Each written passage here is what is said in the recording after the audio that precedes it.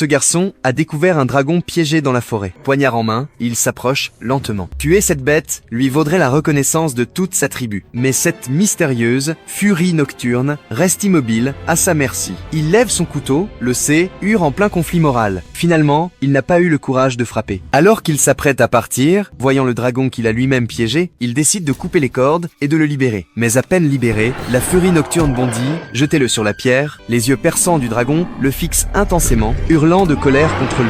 Mais ne percevant aucune hostilité, le dragon de nuit s'envole. Le garçon se relève, les jambes tremblantes de peur. Il faut savoir que quelques jours plus tôt, il avait juré de devenir un héros tueur de dragons. À cette époque, les dragons volaient les moutons du village et le chef, le guerrier le plus fort du village, menait la défense. Quant au petit Pierre, bien que fils du chef, il n'était qu'un garçon ordinaire, sans aucune aptitude au combat, travaillant chaque jour comme apprenti dans la forge d'armes. Il regardait avec envie les autres jeunes participer au secours. Lui aussi voulait devenir célèbre en un instant, devenir quelqu'un que tout le monde admirerait et gagner le hur de sa bien-aimée. C'est alors qu'une ombre noire a fendu le ciel et des flammes bleues profondes ont embrasé l'atmosphère. C'était la légendaire furie nocturne, dragon mystérieux que personne n'avait jamais vu. L'occasion se présentait, profitant de l'inattention générale, il a poussé son canon anti-dragon fabriqué en secret et s'est faufilé discrètement. Mettre le filet de capture, verrouiller la cible, une détonation retentit et l'ombre noire s'abattit dans les montagnes. Avant même qu'il puisse se vanter, un autre dragon cracheur de feu a surgi devant lui,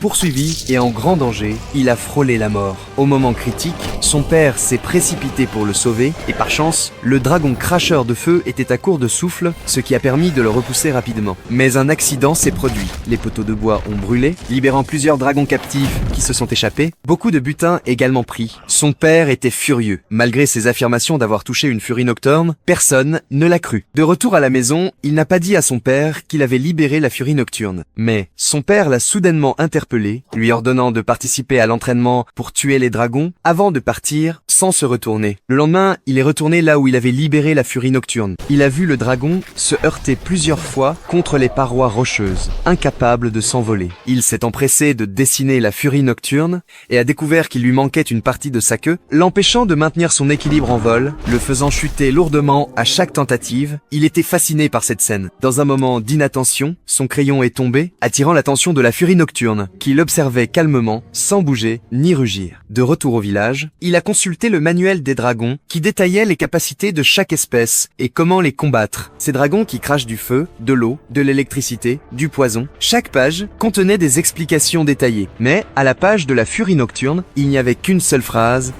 The unholy offspring of lightning and death itself. Never engage this dragon. Your only chance, hide and pray it does not find you.